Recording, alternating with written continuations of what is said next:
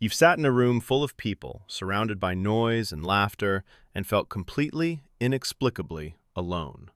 Not sad, but separate, like there's a pane of glass between you and everything happening around you, and nobody else seems to notice it's there, or notice that you're on the other side of it.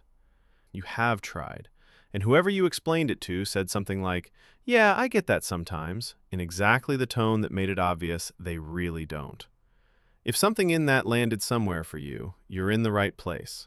Because the things you've spent years quietly treating as personality defects, the things that have made you feel perpetually out of step with the people around you, they're not mistakes or defects. They're simply part of your nature. These are 7 signs that feel abnormal and why they're the source of everything. Let's start with the one that gets misread the most.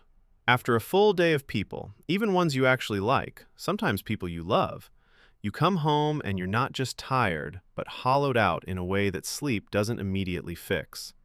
You need to be alone with the same urgency that other people need air. This is neurological. Ellen Aron's research on what she termed highly sensitive persons, individuals whose nervous systems process stimulation at a deeper level, showed that social interaction costs this population more cognitive and emotional energy than it does for the average person. A follow-up neuroimaging study confirmed this wasn't metaphorical. HSP brains show measurably greater activation in regions associated with awareness, empathy, and action planning, even at rest. The dinner party that leaves your friend feeling energized is running on the same fuel you use to function, and you've been burning through it all evening. Some people call this antisocial. People who have never thought about the actual mechanics of what's happening inside you will say trying to help. You just need to get out more. And the frustrating thing is that you can't fully explain why that's exactly backwards, because the explanation is longer than the conversation allows. Solitude isn't pulling away. It's returning to yourself. And the thing is, you can't stay on the surface of anything, including this. Right now, part of your brain is already interrogating what I'm saying, looking for the layer underneath the layer. Someone will tell you that's just how it works, and something in you treats that as an incomplete answer. You have earnestly tried to just accept things at face value, to let conversations end where other people are comfortable ending them. But your brain registers surface-level explanations the way a locked door registers your hand. There's something on the other side. You can feel it. This makes you thorough in ways people rarely acknowledge, and it makes conversations exhausting because you're 3 levels deep into something while the other person closed the tab 5 minutes ago and has moved on.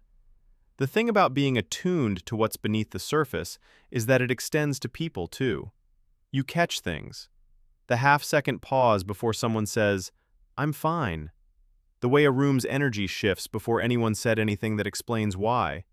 You've noticed the exact moment someone decided to stop being honest with you mid-conversation. You could feel the shift before they finished the sentence. And you've probably been told at some point by someone who meant it kindly that you're too sensitive, or you overthink everything. The profound irony of that is, in many of those moments you were picking up on something completely real about them, something they hadn't acknowledged in themselves yet. This emotional perceptiveness is not enhanced imagination, it's pattern recognition, cataloging what other people filter out as irrelevant. The exhausting part is feeling it and being surrounded by people who don't know they're broadcasting. And then, something breaks. A real crisis.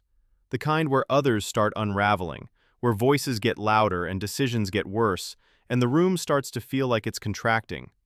You go quiet. You're feeling it all, probably more acutely than anyone else. But you've spent so long managing a loud internal world that external chaos lands on familiar terrain. You've already lived versions of this inside your own head. So while other people are reacting to the emergency, you're somewhere just behind your own eyes, processing it and then moving. People are consistently surprised by this. You've been the most steady presence in situations that demanded it. And afterward, once everyone moved on, you sat down and felt the full weight of what happened in a way no one ever witnessed. Which is partly why small talk is its own kind of suffering. Not shyness, that's not what this is. You can talk for 3 hours straight about the right things, but the ritual of surface conversation, the slow, careful dance of social warmth that has no real destination, something in you checks out immediately. You're not being dismissive, but your brain is already looking for the actual conversation underneath the social preamble. And when that doesn't exist, there is nothing to hold on to. The people who know you well understand this about you. One-on-one, you give them everything. In a group of 12, you're pleasant and present and somewhere far away at the same time. And that feeling of being far away, even when you're physically right there, that one goes back a long time, doesn't it? You felt slightly outside of things most of your life. Not excluded. You might have been perfectly included, perfectly liked, but outside in a more precise way. Like everyone was handed the same basic instruction manual for how to exist socially, and yours was a different edition. Different enough that every room requires a translation before you feel understood. The loneliness in that isn't about lacking connection, it's about the exhaustion of translating yourself constantly for the way you receive the world. And underneath all of it, underneath every single thing on this list, there is this ache that the person you are right now is not the person you're capable of becoming.